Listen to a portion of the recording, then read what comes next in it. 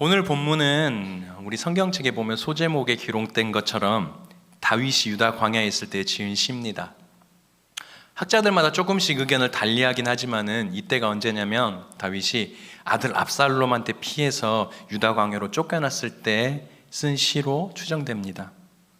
이 압살롬은요, 다윗의 셋째 아들입니다.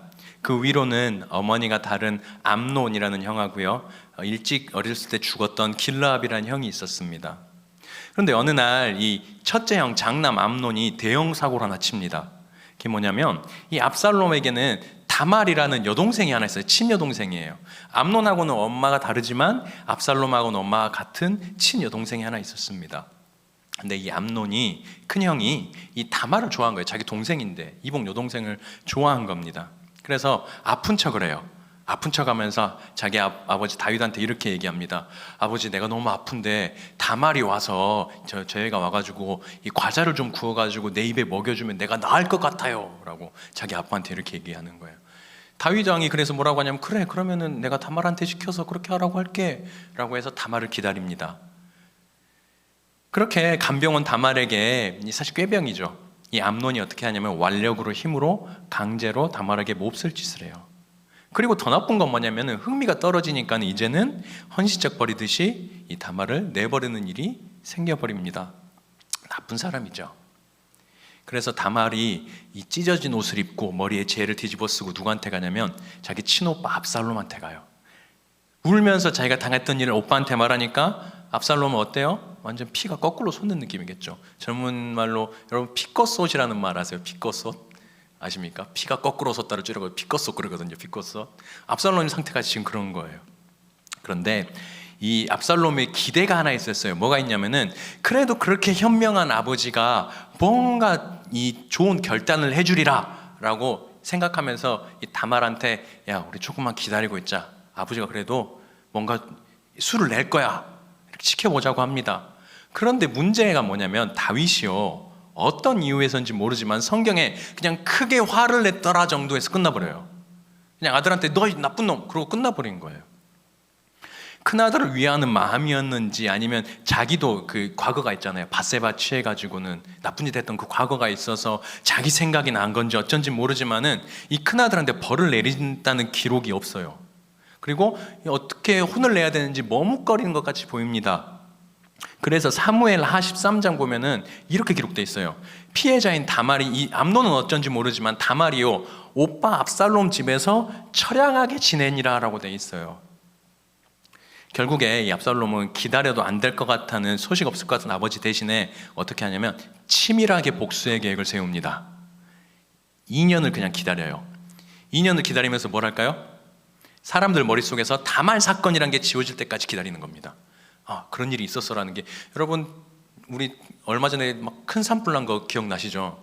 그거 불과 며칠 전인데 크게 여러분한테 막 와닿지 않죠? 지금 2년이나 어떤 일이 지나면은요, 대부분 잃어버려요. 사람들이 2년을 치밀하게 기다렸다가 겉으로는 아무렇지도 않게 행동합니다.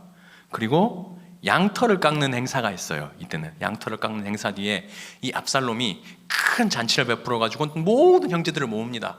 넘버 2잖아요 지금. 그리고 이 암논, 자기 형도 오라 그래요. 형 와서 우리 잔치에 좀 참여해줘.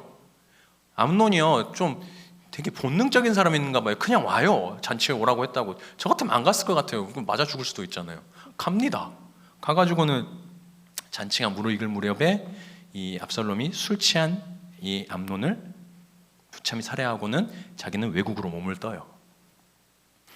다윗이 당황을 하죠. 아, 이거 어떻게 해야겠냐 해서 또 그러고 3년이 지나갑니다.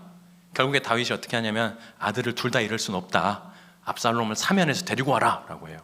압살롬이 그래서 외국에 있다가 3년 만에 돌아옵니다. 근데 이번에 돌아오는 압살롬은 서열이 넘버 2에서 뭐가 돼요?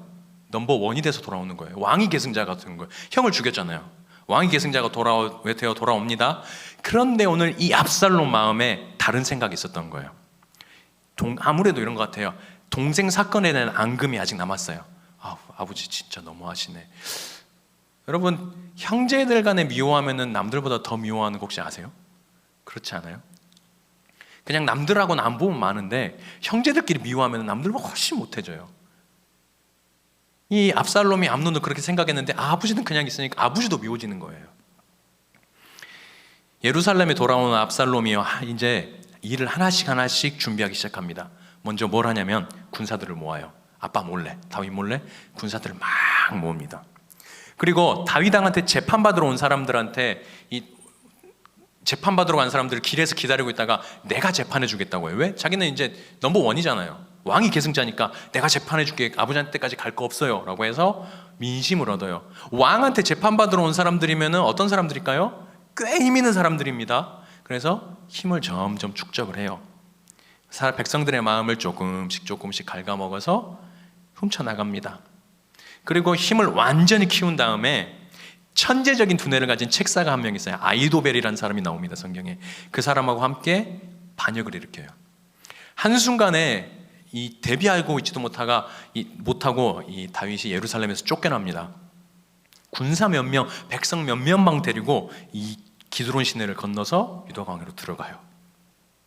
도망가는 길에 어떤 일이 있냐면 시므이라는 사람이 있습니다. 이름이 되게 많이 나오죠.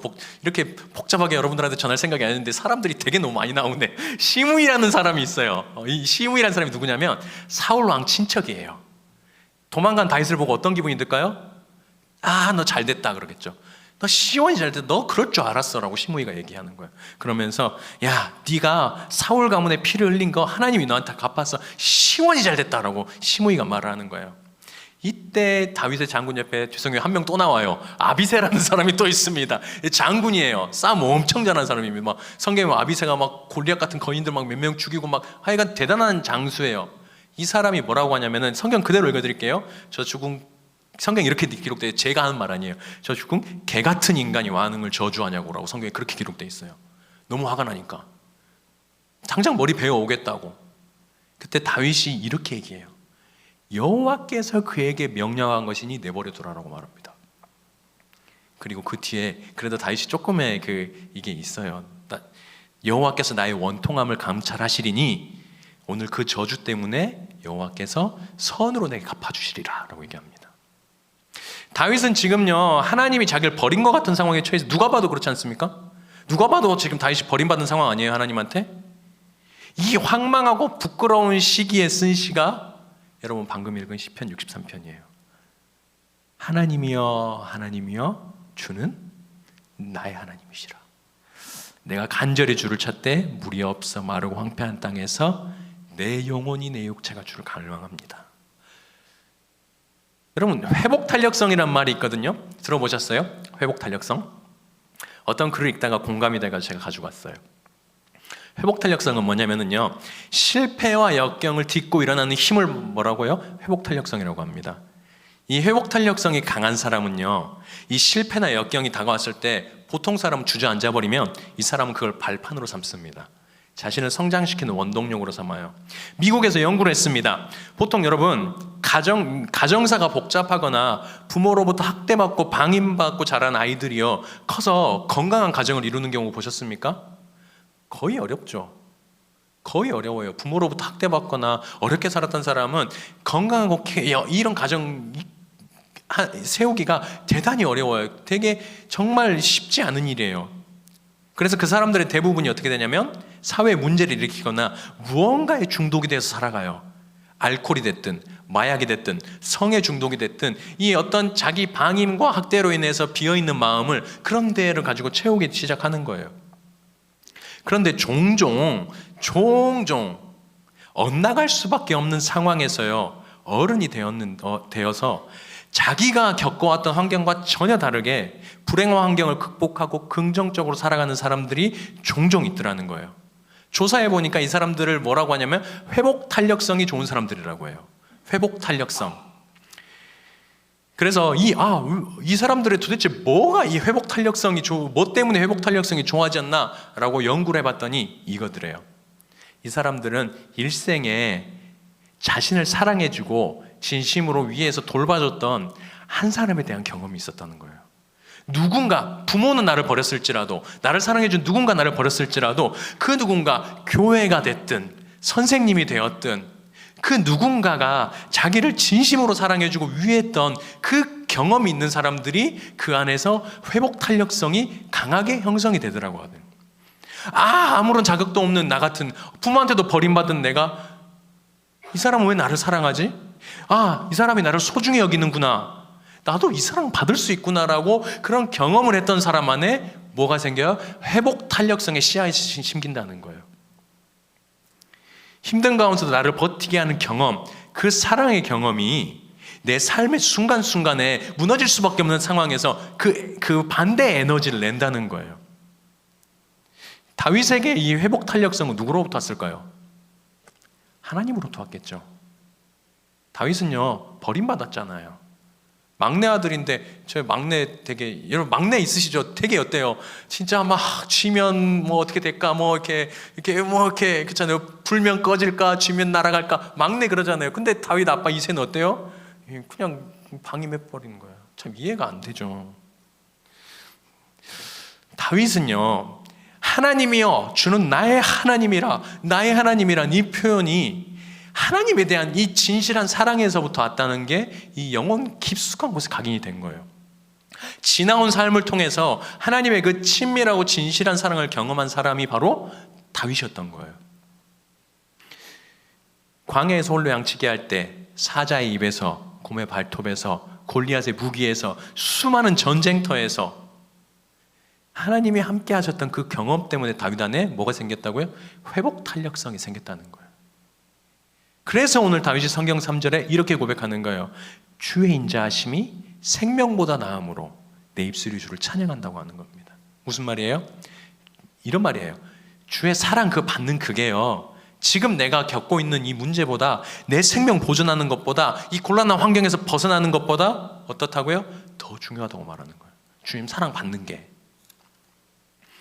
다윗에게 있어서 그 어떤 상황이 중요한 게 아니고요, 그 어떤 어려움이 중요한 게 아니고요, 다윗에게는 뭐가 중요할까요? 하나님이 지금 나하고 함께 하시는가가 제일 중요한 거예요. 하나님이 지금도 나를 사랑하시느냐가 다윗에게 있어서는 가장 중요한 가치라는 겁니다.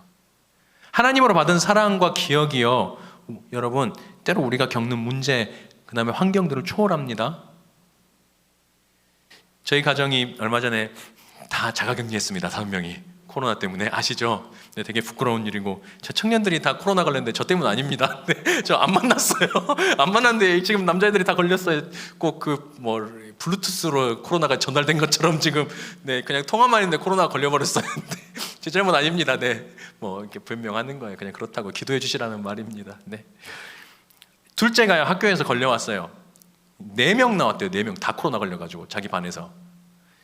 근데 오미크론이라 사실 별로 대수롭지 않게 생각했거든요. 별로 아니겠지 했는데, 이거 막상 당해보니까 이게 만만치가 않더라고요. 이게 첫째 날 둘째가 열이 펄펄 끓는데 기본 39도가 그냥 넘어요. 최하 39도예요. 그 해열제를 먹이는데 약이 안 듣더라고요. 타이레놀이 안 들어요. 애가 우는데 이게 막 가슴이 막 아픈 거예요. 그냥 안 울죠. 엄마 아파라고 하는데 해줄 수 없는 그 마음 아시죠? 아픈데 아무것도 해열제를 줬는데도 안 돼요. 가슴이 찢어지죠. 근데 문제는 뭐예요? 둘째 날부터 저도 아프고 현주 사모도 아픈 거. 막 목이 찢어지고 열나고 이놈 새끼도 아픈데 나도 아프고 막. 근데 더 문제가 뭘까요? 이틀이 또 지났더니 첫째하고 이제 셋째가 코로나에 또 걸린 거예요. 이제 39.7도 8도 올라가요. 타이레놀 먹어 소용이 없고요, 브루펜 가져다 교차 복용을 해요. 정수리에 이렇게 얼음 이렇게 해가지고 머리에 대고요, 물수건으로 이렇게 머리서부터 귀까지 이렇게 중이염 걸릴까 봐 이렇게 쌌어요. 이렇게.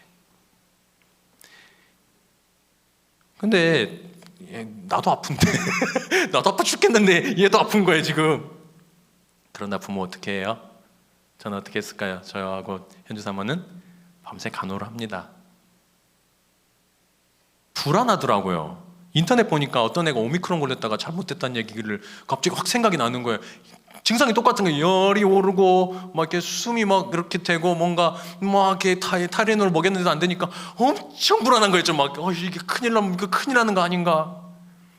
그때 제 머릿속에 딱 2명 생각나더라고요. 누굴까요? 1번 엄마 생각나더라고요. 나도 엄마 나도 아픈데 막. 제 어릴 적이, 지금은 안 그런데요. 저 좀 살 빠진 것 같지 않아요? 되게 아닌가요? 4kg 빠졌어요. 네, 강제로 다이어트가 됐습니다. 최고의 다이어트는 역시 아픈 거더라고요. 어릴 적 몸이 약해서 많이 아팠어요. 근데 그때마다 어머니가 했던 기억이 나는 거예요. 어떻게 했냐면 똑같이 물속을 여기서부터 이렇게 싸매요. 그리고 얼음을 여기다 딱 올려놓습니다. 그리고 나서 옆에서 기도하면서 밤을 새우는 거예요. 엄마는. 내 그 기억이 내 몸 안에 각인이 되어 있으니까 어떻게 해요?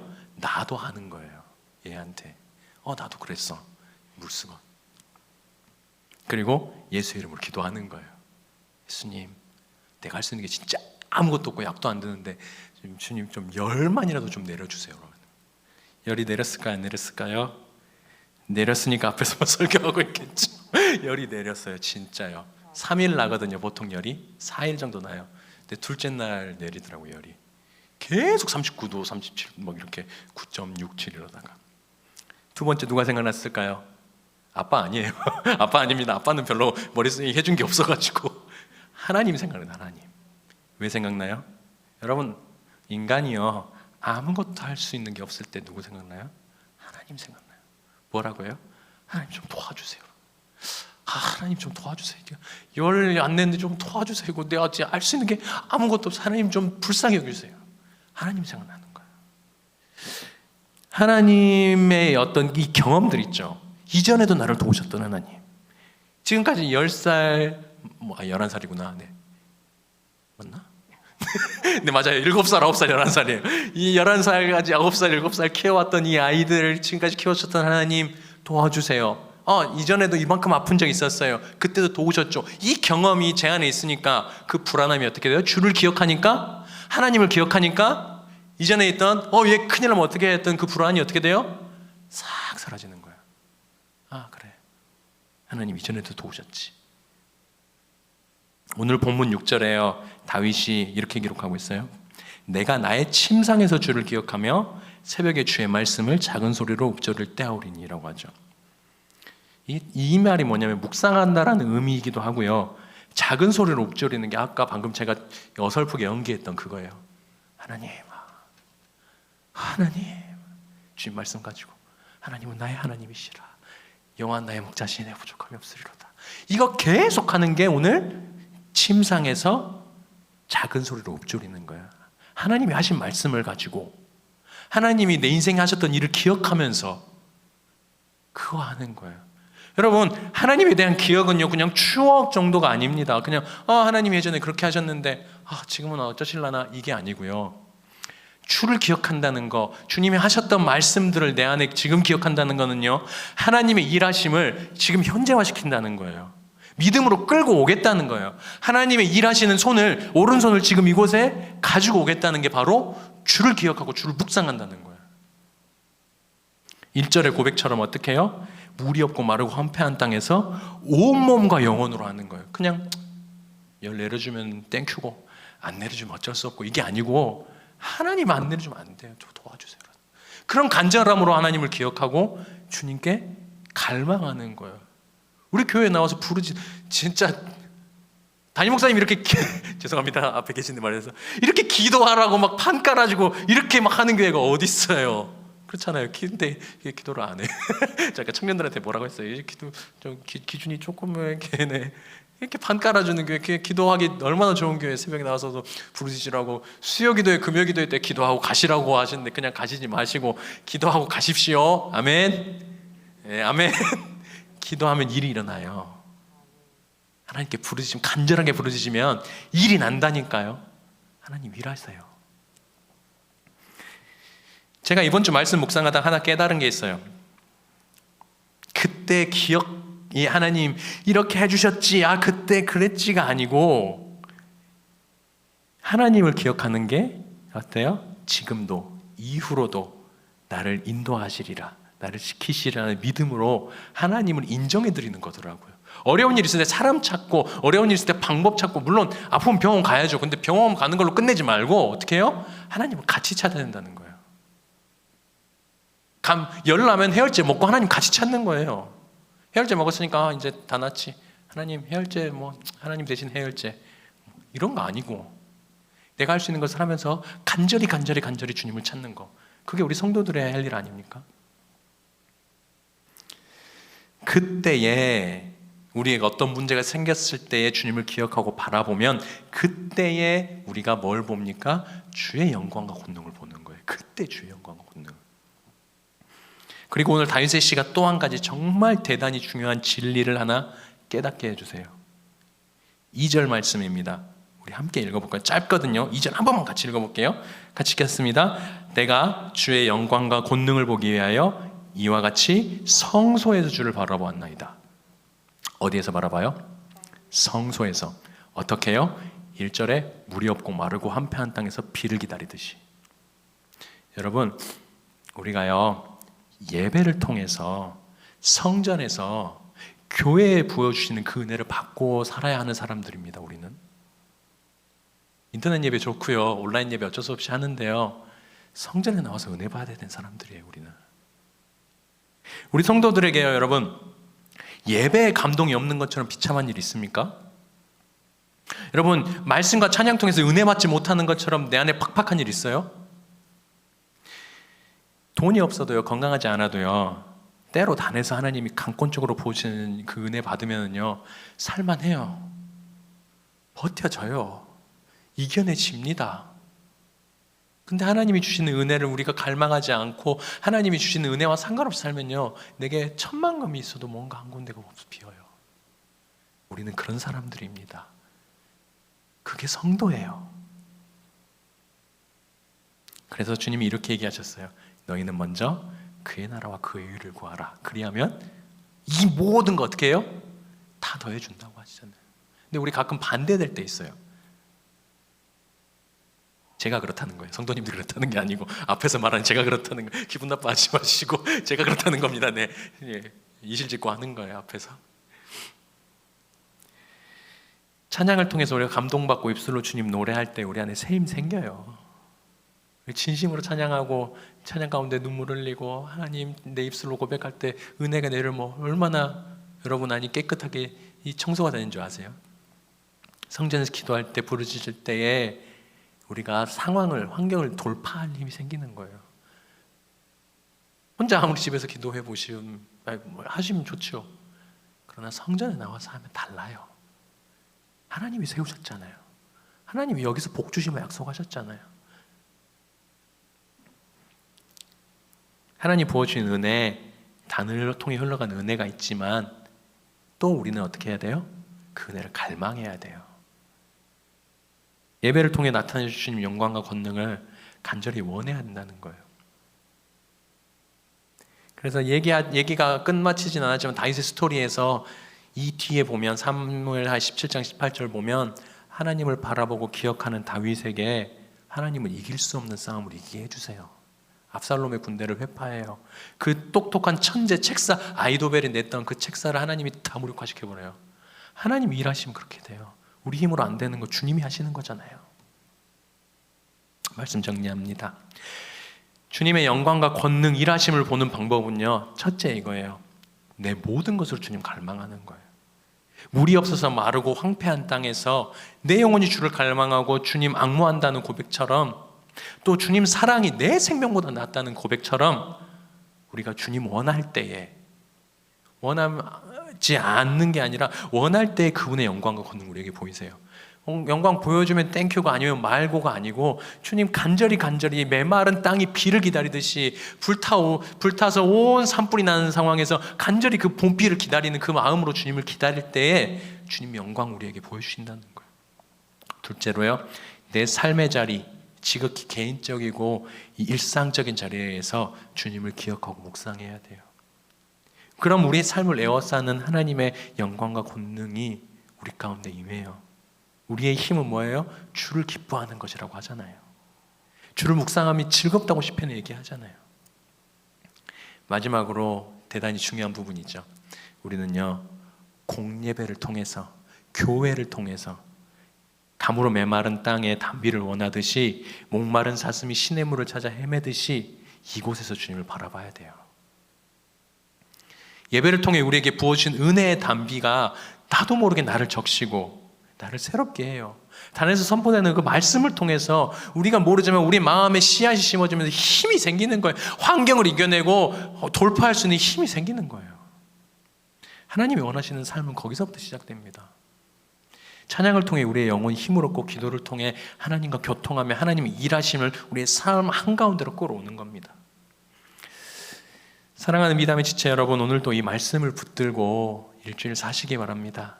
특별히 주의 전에 모여서 더 부르짖고 주님을 더 갈망하는 저희 귀한 미담의 지체들 되기를 소망합니다. 주님을 기억하고 바라보셔서 하나님과 사랑과 능력과 영광과 권능을 체험하는 귀한 우리 미담의 지체들 되시기를 간절히 소망합니다.